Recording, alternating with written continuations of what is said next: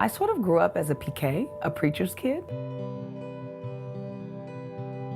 I suppose that I've always had theological and religious questions about, the world, God's activity in the world, our place as Christian communities in being a part of transformation in the world.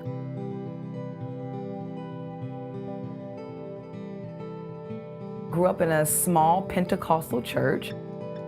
Interestingly, the denomination that I come out of is the largest Pentecostal denomination here in the United States, the Church of God in Christ.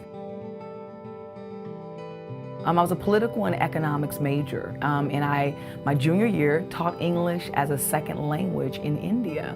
I thought I would do that so that I could go into international economics, into human development, focusing on women and children. And while I was there, it occurred to me that religion and faith is a huge variable, a tremendous factor in how any society thinks about social, political, and economic policy and practices. And so when I came back from that trip, I knew that I wanted to do something that related to taking those interests, but asking, how does theology and faith respond to these kind of economic and political issues of the day?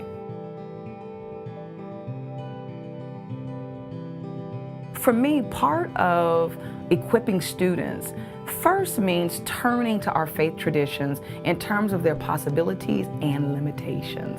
And only through being clear about the inadequacies, the deficiencies, the limitations of theology, as leaders can we become clearer about what it means to love God and to do justice and to walk humbly within communities, with and for even other communities that we don't understand but that we're coming to know better.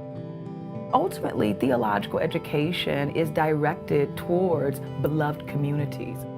That in the end, theology is simply about what it means to love God and to love neighbor as ourselves.